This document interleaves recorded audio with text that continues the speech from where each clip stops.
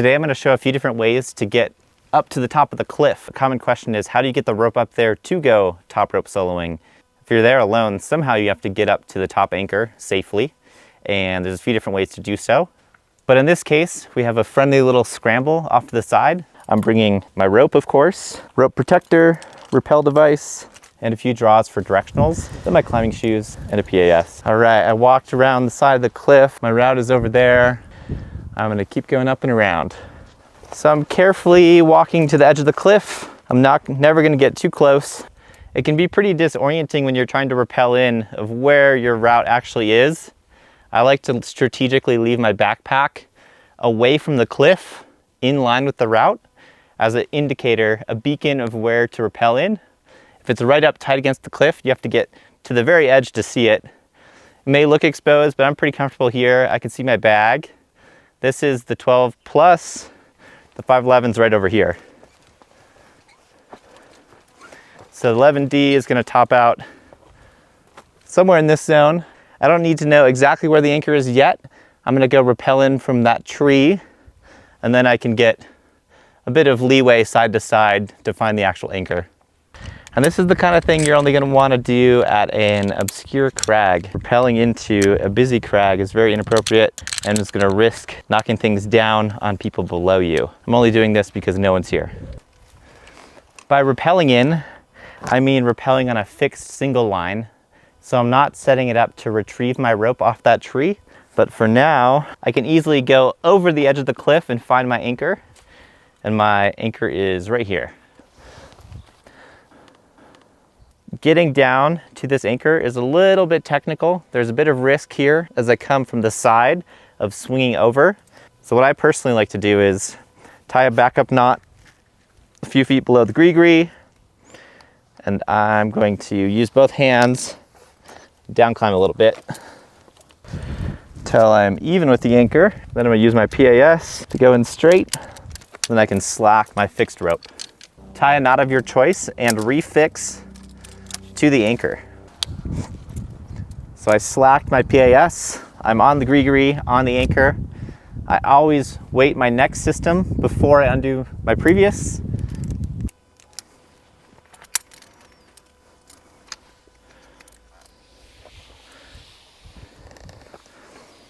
All right, I quickly find a scary edge.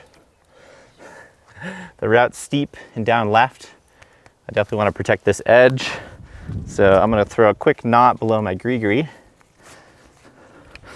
Then I feel comfortable installing this.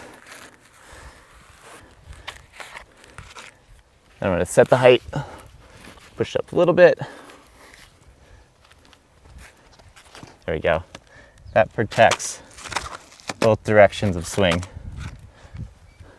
Cool.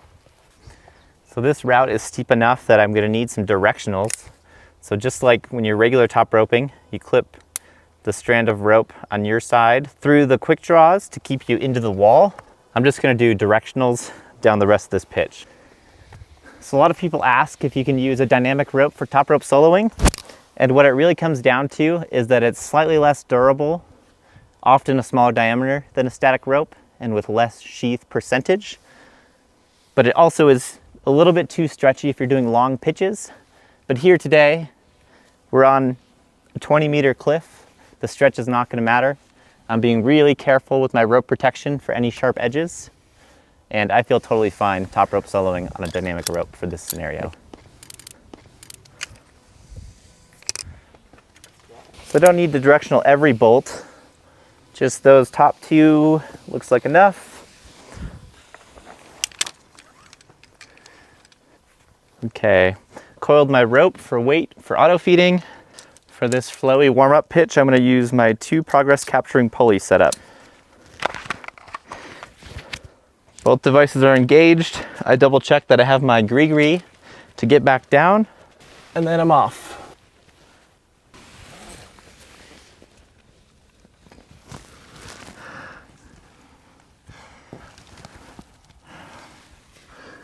Whoa. This thing's great.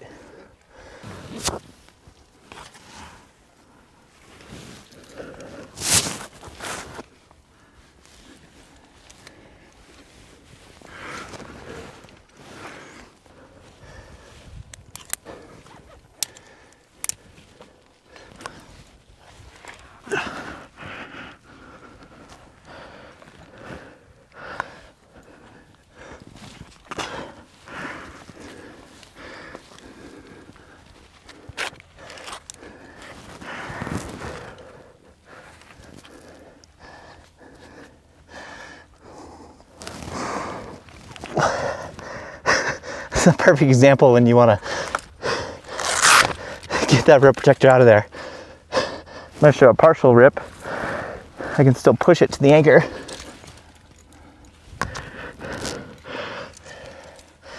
Whew.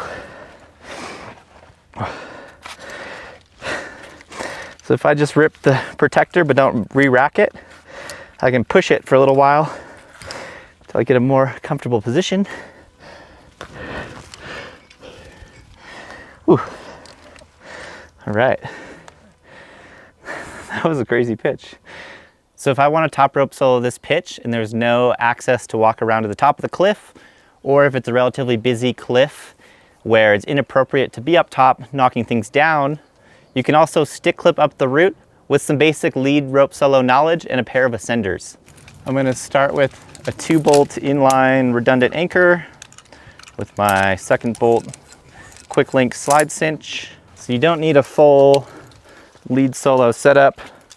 You can do a bit more of a aid climbing makeshift setup with a basic cash loop and a gree-gree. So here's a real trick for safety, is I'm using the other tail of the rope to stick clip up as high as I want. And then I'm going to use an ascender setup, and it will let me ascend while my lead solo side feeds out. A lot of people are going to be tempted to pitch out a bunch of slack and stick clip this strand, but that leaves you vulnerable if something were to not work in the system. There's too much slack out. It's not safe. So I'm going to use the tail of the rope that I have down at the ground anyways to head up the pitch.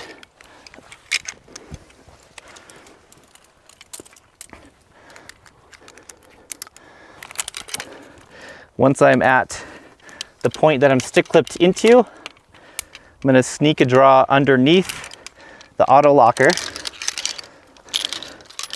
cinch the gree-gree. It looks like a bit of a mess, but it's just two separate systems going on that are pretty clean. Get the ascender out of the way.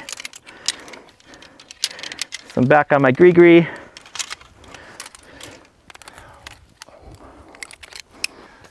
And look at that, I'm already going for the anchor.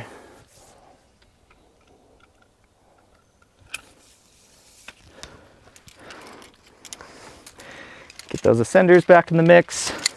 It's a real key to use the other tail of the rope. Have a fully independent ascending setup from your lead rope solo setup.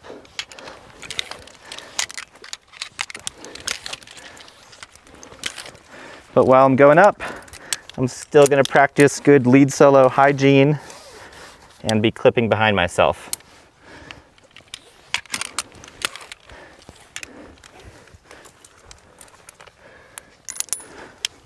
And then same thing, once at the anchor, I'm going to cinch the gree-gree, and then I use my PAS to go into the anchor itself.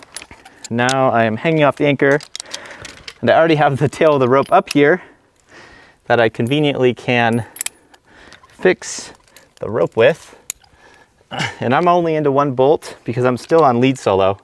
Everything's looking totally safe. But I use that tail of the rope to build an equalized anchor.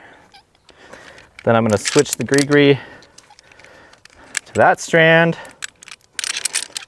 Weight my gree-gree before undoing the PAS.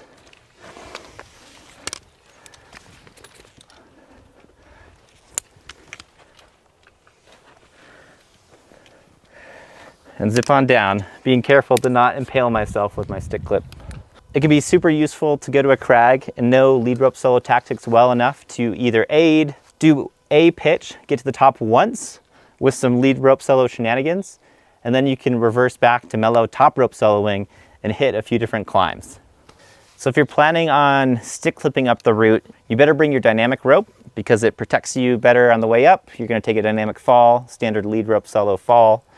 So you want your dynamic rope, but it's totally reasonable to top rope solo on a dynamic rope if you are vigilant with your edge protection.